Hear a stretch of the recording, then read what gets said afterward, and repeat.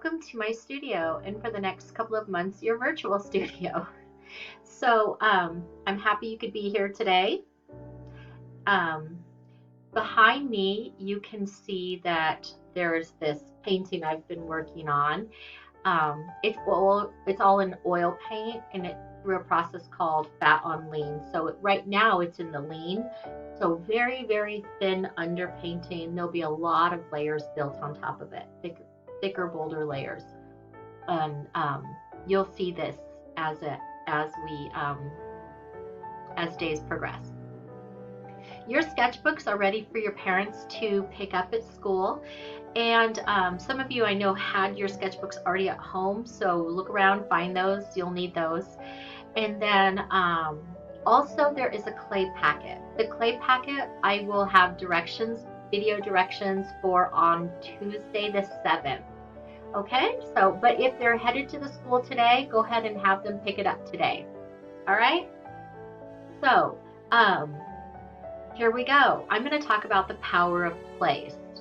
We've been dealing with some unusual situations, obviously, lately, and the power of place is a subject that's intrigued me for many years, and it's a topic that I often use in my own work.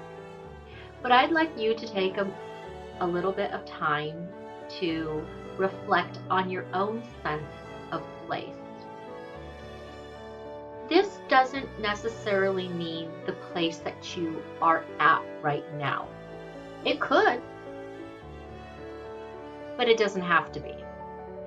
For this assignment, I want you to use all of your creative freedoms. You get to use whatever media you want.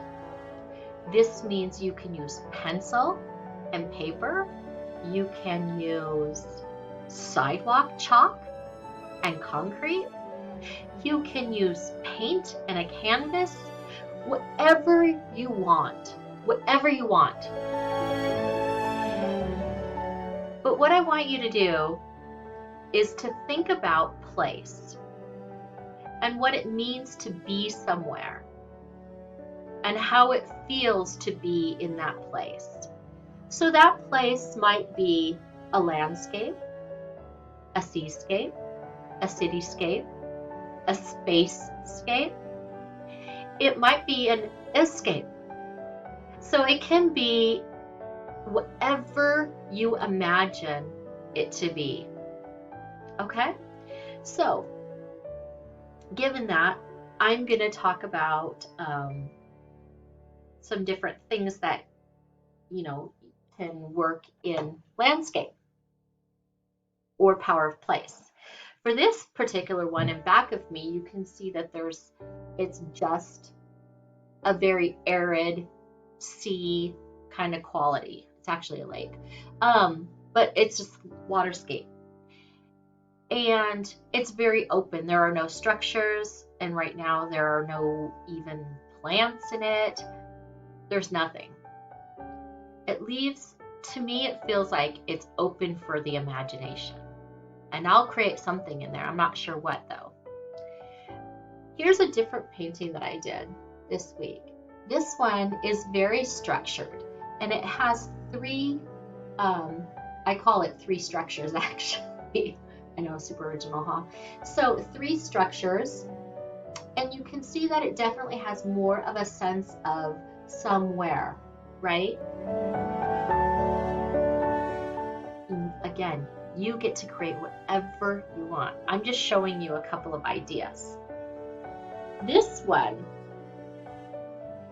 is totally abstract. It might be a lagoon, it might be an estuary, it might be the beach, has a lot of sky,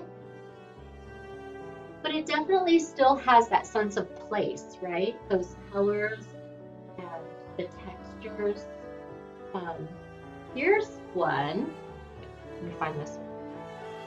I found this one that my daughter had created, and it was in my studio, so I want to share this one with you too. This one was one that my daughter created, and it again definitely conveys a sense of place. What do you think? anyway, your place might have structures, might not. Your place might have plants, it might not.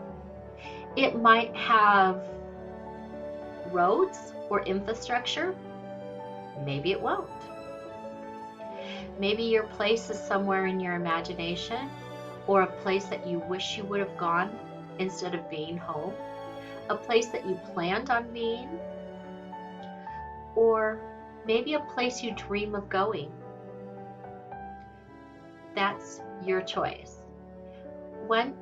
Once you complete your composition of place, what I would like you to do is take a photo of it and tell us where your place is. If it's totally abstract, that's fine. If it's a landscape, waterscape, seascape, spacescape, escape, whatever it is, tell us a little bit about it and why this particular place is important to you. I can't wait to see what you create.